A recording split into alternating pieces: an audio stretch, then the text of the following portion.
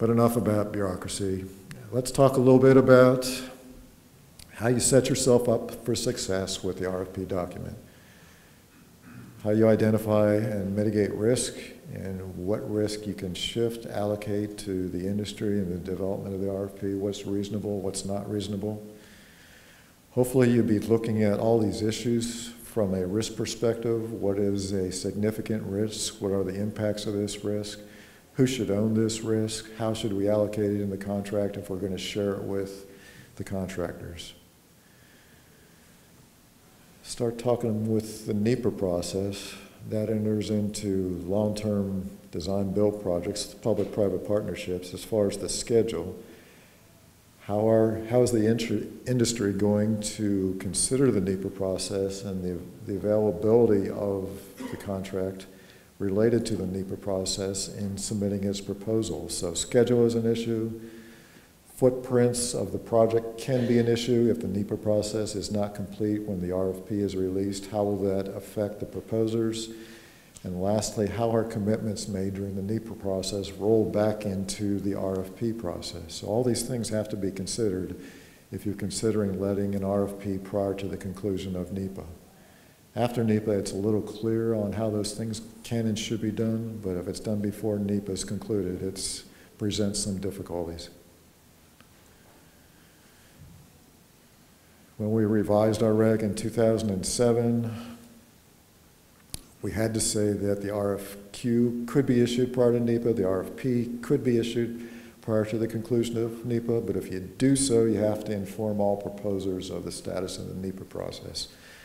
So these are all things that happened in 2007 in response to the statute that changed the law and required us to change our regulation to allow this to happen. It is a challenge, though, when these situations come up in putting in hold points in the design-build contract to make sure they don't proceed with final design, and certainly with any aspect of construction, including ordering materials, developing fabrication drawings, putting in orders with the fabricator. It's difficult to stop the design builder, making sure they're not violating the NEPA process when a state goes down this road. And these were some of the stop gaps that we put in to the regulation to assure that the NEPA process would not be compromised. The design-build team could not prepare the NEPA document or not be a part of the decision-making process.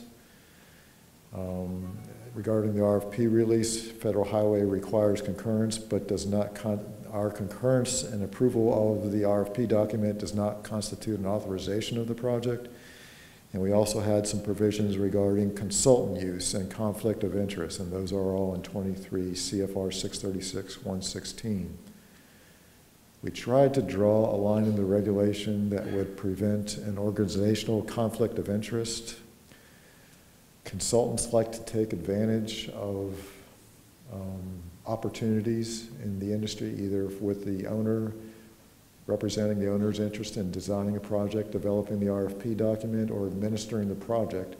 But it can sometimes present an organizational conflict of interest when we have the same A&E firm involved with one aspect of a design builder's oversight, preparing the design for a design builder, and also assisting the owner with the procurement process. So we tried to identify those conflicts of interest in this section of the reg. And probably the best part of that section of the reg is suggesting and requiring that the state DOTs develop their own policies for organizational conflict of interest. And I'm going to put Will on the spot here. Will, have you gotten to that point where you felt you need to define what is a conflict of interest? We do have a defined process for Okay, so if there's any firm that's doing design on a lower level for the RFP, can they participate on a design build team, say like they're doing geotechnical work for the state in the development of the RFP?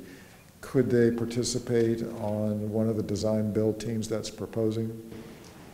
I'll direct that to Leah. She's in the room. I don't know if we've had that situation. She's in here. Yeah. Ryan, do you remember from your time? I didn't think they were allowed in the planning and development. They weren't allowed Some states have taken the position if they were just a lower level sub involved with the RFP or procurement development, then once the information became public, they could participate on a design build team. But what we don't want to happen is there be a challenge in procurement because somebody felt that someone had an unfair advantage during the procurement process because of something they learned during the procurement process. Gerald? Yeah, we had a kind of a situation like that.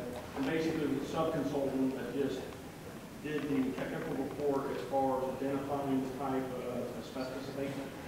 I think that's what it is. And but since they're a sub, they're not a higher tier of the prime consultant, they just did that part of it. As far as being over here, there's enough separation, organization was not an issue. The regulation is pretty explicit in terms of calling out the sub-consultant as well. And that's what we used was the regulation to make a determination, as well as the federal lecture for providing the history of why we do what we do. Good. Yeah, the reg is somewhat specific, but it also does provide some flexibility if certain things are done to prevent these conflicts of interest. In certain states that have a broad, diverse, big A&E industry, this is not a concern, and they say simply if you were involved in the pre-procurement, you're not proposing on a design-build team. They try to draw a line in the sand for the A&E community because they have so many firms willing to do A&E work. In other states that have a limited A&E industry or community, this is more of an issue. And you do have circumstances where over time, consultants work for a design-build team. Then on the next project, they're working for the owner as the owner's advisor. And is there a conflict between projects, or is there a potential conflict with them knowing something or having some competitive advantage based on their previous work or a different office of that same consultant? So there are all types of nuances and circumstances that can come up, and we're just doing our best to try to minimize a procurement challenge. Gerald? We work with TDOT very closely, specific construction and legal side, to help TDOT. We don't approve the conflict of interest, but the devil's in the details of TDOT's conflict of interest. So TDOT has got a lot more, I can put it this way, specifics in their conflict of interest policy and what they consider a conflict of interest or not. So TDOT takes the first shot at that. We reviewed it for certain items in there that are relevant. That if there is a determination by TDOT that there is a conflict of interest, then they let us know. I would add that, the fact that we're sitting here talking about ramping up our efforts in these areas will test the effectiveness of that policy.